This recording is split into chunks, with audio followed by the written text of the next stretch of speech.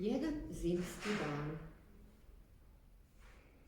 Mali jež uređivao je ležaj za zimu, kada ga je iznenadni nalet vjetra oborio s nogu i prevrnuo njegovu udobnu kućicu, te ga vinuo visoko u zrak. Mali jež drhtao je dok je vjetar fijukao oko njega. Zgrabio je šal, kapu i rukavice prije nego što odlete. Morat ću ostati s jastrcem dok oluja ne prođe, reče jež. Navukao je vunenu kapu preko bodlji, omotao se toplim šalom i stavio rukavice. Tada duboko uzdahnuši krene na put livadom. Na livadi je mali jež naišao na obitelj poljskih miševa, koja je drhtala u visokoj travi. Vjetar je otpuhao naše gnjezdo, zaciče mama miš. A moje dječici je tako hladno, imam samo kapu koja bi vas mogla ugrijati, reče mali jež, pružajući kapu miševima. O, divno, zaciče, udobno se smjestivši, zaštićeni od vjetra. Hvala ti puno, mali ježu. Mali jež žurno je išao prema rijeci. Vidra je bila na obali daščući i pušući u svoje šapice.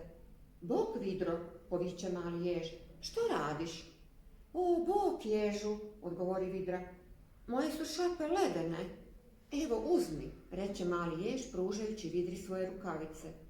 Hvala ti, reče Vidra, ali zar ti ne bi trebao biti u kući po ovom hladnom vremenu? Vjetar je otpuhao moju kućicu, odvrati mali jež tužno. Prinoći ću kod jazavca. Kad je mali jež došao do šume, snijeg je postao još dublji. S mukom se probijao, dok je vjetar snažno zavijao oko njega. Mama Srna i njezino lane bili su zaklonjeni u grmlju, a mali jež je vidio kako se lane trese od hladnoće. Evo, uzmi ovo, reče mali jež, pružajući lanetu svoj šal. Kako ljubazno od tebe, reče mama Srna. Hvala tebi, mali ježu. Mali jež nastavio je tapkati sve brže i brže, ali u trenutku kada je konačno ugledao jazavčevu kuću, poskliznuo se na ledenom putu. U pomoć, vikao je kližući se, trljajući niz brdo.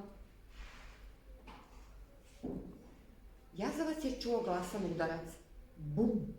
Otvorio je vrata, a bodljikava gruda snijega otkotrljala se unutra.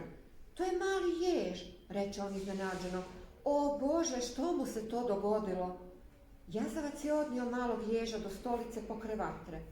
Naposljetku, udobno smješten pokraj vatre, mali jež je zaspao. Nakon oluje, mali jež i jazavac odšetale su do mjesta gdje je nekada bila kućica malog ježa. Kako mogu izgraditi novi dom ako su sve grančice odletjele? Upita mali jež, jako zabrinuto. Ali kad su došli bliže, mali jež ostao je bez riječi, pa nije mogao vjerovati svojim očima.